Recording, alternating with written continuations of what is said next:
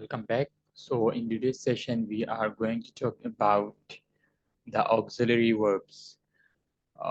जो auxiliary verbs के बारे में हम पढ़ेंगे. Auxiliary verbs normally क्या होते हैं? Helping verbs जिन्हें हम कहते हैं.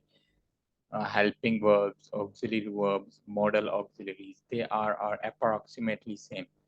So slide में सब कुछ बहुत डिटेल्स से मेंशन है. I'll try my best कि इसको बहुत ही इजी वे में आपको मैं अपना मैसेज कन्वे कर पाऊँ.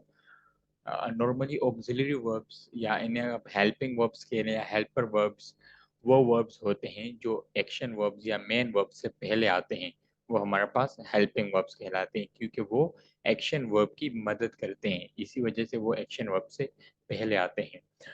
हेल्पिंग वर्ब में नॉर्मली क्या होता है कि डू की सारी form do did does, have की form have has and had. इस तरह बी की सारी form is am are was were have been, ये सारे के सारे इज अ हेल्पिंग वर्ब काम करते हैं. So let's get started. इसमें देखते हैं what's the mention there. So auxiliary verbs are the modal verbs. Auxiliary verbs are also called helper verbs. The main auxiliary verbs are be, do and have. वही सारी बातें जो भी मैंने mention की. Model auxiliaries have their own lessons. अभी इसमें एक अलग टॉपिक है मॉडल ऑक्सिलरीज. मॉडल ऑक्सिलरीज मतलब एक तो हेल्पिंग वर्ब है, ये भी हेल्पिंग वर्ब्स होते हैं, लेकिन इनका ये बहुत ज़्यादा डीप है. इनके अपने अलग रूल हैं, तो इस वजह से इस पे I have arrange a next session. Model auxiliaries, जितने भी मॉडल वर्ब्स होते हैं वो मॉडल ऑक्सिलरीज कहलाते हैं. Like we have can, could, shall, should, may, might, ये सारे ought to and then need special modal होते हैं. तो ये सारे के सारे मॉडल ऑक्सिलरीज में आते हैं. They can be they can also function as the main verb in a sentence. कभी कभार ऐसा नहीं है कि जो बी वाले वर्ब है इज एम आर, ये हमेशा ही हेल्पिंग वर्ब होंगे. ये sometimes as a action verb या मेन वर्ब की तरह भी काम करने लग जाते हैं. तो हमें कैसे पता चलेगा कि एक्शन वर्ब है या हेल्पिंग वर्ब है? So we will know in this session. Be used in the passive voice. Be हमने देख भी लिया है, as a passive voice used होता है हेल्पिंग वर्ब में. एक्टिव एंड पैसिव वॉइसेस में आपने प्रैक्टिस की होगी. be and have are used as auxiliaries for verb aspects. be और जो have है, ये auxiliary verb as a helping verb use होते हैं जब इनके बाद verb की थर्ड फॉर्म आती है. so ये as a auxiliary verb की तरह काम करते हैं. do is used to negate main verbs और ask question. डू जो होता है वो नॉर्मली निगेशन वाले सेंटेंस, मतलब जो Ali does not go to school like this, negation वाले सेंटेंसेस में do as a helping verb काम करता है. या does Ali go to school as a interrogative question में, ये एज अ क्वेश्चन वर्ड की तरह काम करता है डू, लेकिन होता उधर एज अ हेल्पिंग वर्ब ही है.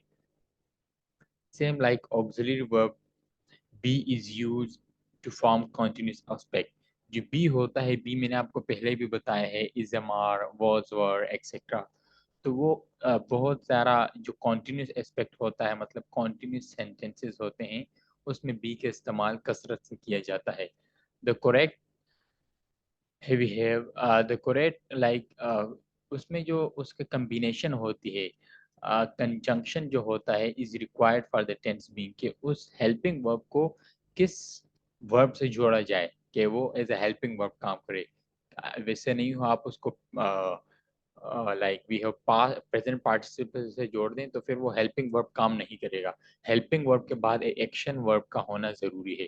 जैसे कि इधर हमारे पास है Paul was working the night shift last week. तो इधर वाज हेल्पिंग वर्ब है, वर्किंग एक्शन वर्ब है. जब भी इज ए मार के बाद वर्ब की फर्स्ट फॉर्म और आईएनजी आएगी, तो अबाउट 95% जो इज एम आर होगा वो एज अ हेल्पिंग वर्ब की तरह काम करेगा. इसमें कुछ एक्सेप्शन हैं, डेट्स वाई आई सेड 95% के 95% वो एज अ हेल्पिंग वर्ब होगा. इसमें भी देखिए सेकेंड वाले में Jem was not negative sentence है, पास्ट का है, लेकिन वॉज हेल्पिंग वर्ब है, वर्किंग एक्शन वर्ब है, क्योंकि देखिए वॉज के बाद वर्ब की फर्स्ट फॉर्म इन आईएनजी. इधर भी आर के बाद भी देखें वर्ब की first form in ING. I will be living, be के बाद भी वर्ब की first form in ING. So they all are working as a helping verb. Will be, इधर वेल जो है वो मॉडल ऑक्सिलरी है, like as a helping verb वो काम कर रहा है. Same like we have here is used to form, have is used to form perfect aspect. जैसे कि be की फॉर्म हमने भी डिस्कस की is a mark, वो नॉर्मली कॉन्टिन्यूस टेंस में आती है. इस तरह जो have वाले जितने भी सीरीज हैं, have, has और had, ये सारे परफेक्ट के जितने भी सेंटेंसेस होते हैं, like present perfect, past perfect, future perfect, उसमें have as a helping verb की तरह बहुत यूज होता है. Like here we have I had work as a programmer moving to sales, like this. So अभी इधर देखें हेड वर्ब, तो हेड हेल्पिंग वर्ब है एंड वर्क हमारे पास इधर वर्ब की थर्ड फॉर्म है. So had is a helping verb. इधर देखें has lived, so has helping verb है, लिव्ड एक्शन वर्ब है, ये वर्ब की थर्ड फॉर्म है. Jem has lived in London all her life. Jane sorry, John will have finished his report by Thursday. So इधर देखें will have finished, so इसमें भी देखें have finished, will have finished. So इधर भी will have हमारे पास is a helping verb and then finished works है जो verb की third form है हमारे पास. Eden, here we have like Eddie don't, Eddie won't have finished his report. अभी इसमें won't हमारे पास आया will not, एक contracted form है will not की. So ये हमारे पास is a helping verb की तरह काम कर रहा है. अभी देखिए have finished. अगर हम simple have को देखें तो have is the helping verb of finished. Same like be and have are used together to form perfect continuous aspect. ये इस तरह के सिंपल बी था वो हमारे पास सिंपल कॉन्टिन्यूस वाले टेंसेस के लिए था एज ए हेल्पिंग वर्ब. जो सिंपल हैव था वो हमारे पास परफेक्ट वाले टेंसेस का था. और जो परफेक्ट कॉन्टिन्यूस टेंस होता है वो कम्बिनेशन होता है परफेक्ट और कॉन्टिन्यूस टेंस का. जितने भी हैं like present perfect continuous, past perfect continuous, future perfect continuous. तो इसी वजह से जो रूल परफेक्ट में यूज होते हैं और जो रूल कॉन्टिन्यूस में यूज होते हैं, उन दोनों रूल्स को जब मिला लिया जाता है तो उससे परफेक्ट कॉन्टिन्यूस के रूल बनते हैं. तो इसमें भी जो बी और हैव जो हैं वो जब दोनों इनके रूल्स मिल जाएंगे तो वो परफेक्ट कॉन्टिन्यूस के लिए काम करेंगे. Like we had been working, so had been इधर हेल्पिंग वर्ब है और working is an action verb है. टॉम हैज बीन, और ये वैसे भी बी की फॉर्म है ना, मैंने आपको कहा था बी की perfect form has been, have been, had been. तो ये has been, have been, has been, be के बाद जब भी वर्ब की फर्स्ट फॉर्म में आईएनजी आएगी वो एज अ हेल्पिंग वर्ब काम करेगा be. About 95% of the cases like is am are was were, has been, have been और हैड बीन, इनके बाद वर्ब की फर्स्ट फॉर्म में आईएनजी जब भी आएगी like here we have had been, has been. अभी तो देखिए नेगेटिव में आया है हैज नॉट बीन. तो इधर जो हैज नॉट बीन है ये हैज नॉट जो है वो हेल्पिंग वर्ब है, been working.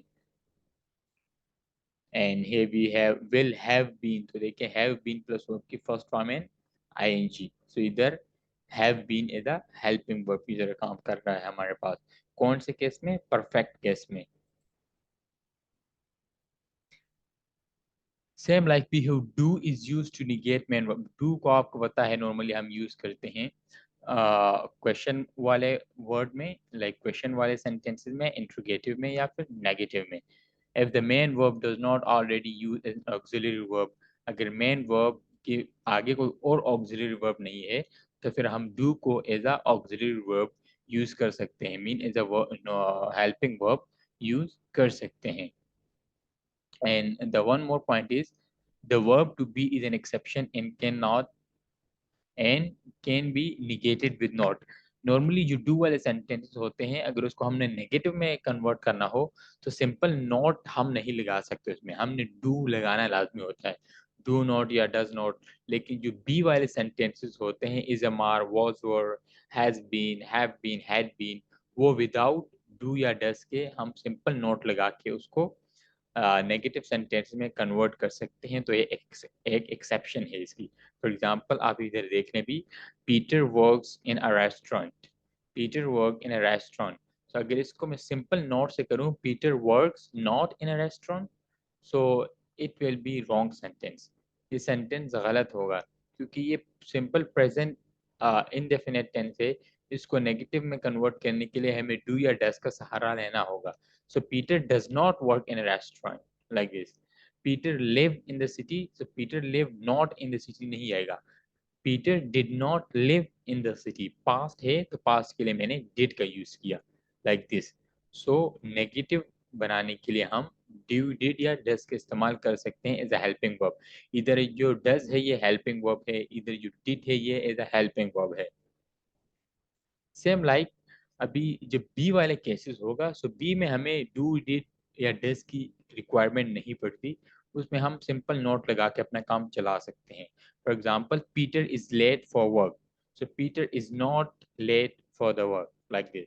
Peter is not late for the work. John was first in her class, John was not first in her class. So हमें डू, डिड या does लगाने की जरूरत नहीं है। क्यों? क्योंकि हमारे पास ऑलरेडी बी की जो वर्ब है, बी फॉर्म ऑफ वर्ब है, बी फॉर्म ऑफ वर्ब के लिए हमारे पास कोई डू, डिड या डज की नीड नहीं होती। मॉडल ऑक्सिलरी, जैसे कि उधर क्वेश्चन वर्ड डू था, वो is a helping verb use हो रहा था, लेकिन निगेशन में, नेगेटिव में। सेम लाइक जो डू का कॉन्सेप्ट है वो क्वेश्चन वर्ड में भी यूज होता है, लेकिन उधर भी जो बी के है वो एक्सेप्शन है कि बी में आप सिंपल स्वैप कर सकते हैं क्वेश्चन वर्ड को, उसके बाद जो सब्जेक्ट होता है उससे स्वैप करके उससे सेंटेंस इंट्रोगेटिव बच जाता है। लेकिन डू वाले केसेस में हम ऐसे नहीं कर सकते। फॉर एग्जांपल इधर देखिए आप, in case of do, so Peter works in a restaurant, तो इसमें मैं ऐसे नहीं कर सकता कि मैं वर्ब और सब्जेक्ट की जगह चेंज कर लूँ कि work Peter in a restaurant, so it will be wrong. No, ये हमारे पास प्रेजेंट इनडेफिनेट है, सो मैं लगाऊंगा does Peter work in a restaurant, क्या पीटर रेस्टोरेंट में काम करता है, like this. Peter live in the city, past में है तो मैं डिड लगाऊंगा। Did Peter live in the city, like this. और did Penny live in the city, Penny live in the city, तो लिव पेनी नहीं आएगा। ये वाला केस हम तब करेंगे कि लिव पेनी जब हमारे पास कोई बी फॉर्म ऑफ वर्ब होगी, like is am are, was were, has been, have been, had been, इनमें से कोई वर्ब होगी। अगर ये नहीं है इसमें, तो सिंपल प्रेजेंट इंडेफिनेट है, पास्ट इंडेफिनेट या फ्यूचर इंडेफिनेट है, सो उसमें हम डू, डिड या डज का इस्तेमाल कर सकते हैं। फ्यूचर में हम फिर विल का इस्तेमाल कर लेते हैं, will you go to school, like this. So here we have the auxiliary verb। So जो अभी बी की फॉर्म, तो देखिए बी में आप सिंपल स्वेप कर सकते हैं, जगह रिप्लेस कर सकते हैं। You were here yesterday, so were you here yesterday, उस केस में हम ये नहीं कर सकते थे, डू, डू डिड डज वाले केस में, क्योंकि उसमें बी की फॉर्म नहीं थी, बी फॉर्म ऑफ वर्ब नहीं थी। तो इधर देखें, you are happy, so are you happy, इसमें भी मैं डू डिड डज नहीं लिखा, यू आर हैप्पी, सो मैं इसे नहीं लिखा सकता डू यू आर, वो डू यू आर हैप्पी, वो so do you happy, like this, क्या तुम खुश होते हो, वैसे लगा सकते, डू यू आर हैप्पी ऐसे नहीं कर सकता। आर यू हैप्पी, इस तरह में इसको स्वैप कर सकते हो। Will you be fine on the day, like this, will you be fine on the day. So देखिए ये इसका क्वेश्चन है, लेकिन सिंपल क्या है, you will be fine on the day. इसमें इसको क्वेश्चन बनाने के लिए मैं सिंपल चेंज करूंगा, स्वैप करूंगा वर्ब को सब्जेक्ट के साथ। सो ये थोड़ा सा इंट्रोडक्शन था about the auxiliary verb. Auxiliary verb मतलब main verb. The crux of the lesson is that, जो मेन पॉइंट है वो ये है कि हेल्पिंग वर्ब हमेशा एक्शन वर्ब से पहले आते हैं। और हेल्पिंग वर्ब कौन से होते हैं, डू, डिड, डज वाले सारी सीरीज, हैव, हैज, और जो हेड होते हैं, और बी की form is am are, was were, has been, have been, had been. Be की फॉर्म एक्शन वर्ब भी हो सकती है और हेल्पिंग वर्ब भी हो सकती है। हेल्पिंग वर्ब कब होगी, जब इनके बाद वर्ब की फर्स्ट फॉर्म और आईएनजी आएगा, तो ये एज अ हेल्पिंग वर्ब की तरह काम करेंगे, बी की form. So hope you understood. So that's all for today. Thank you.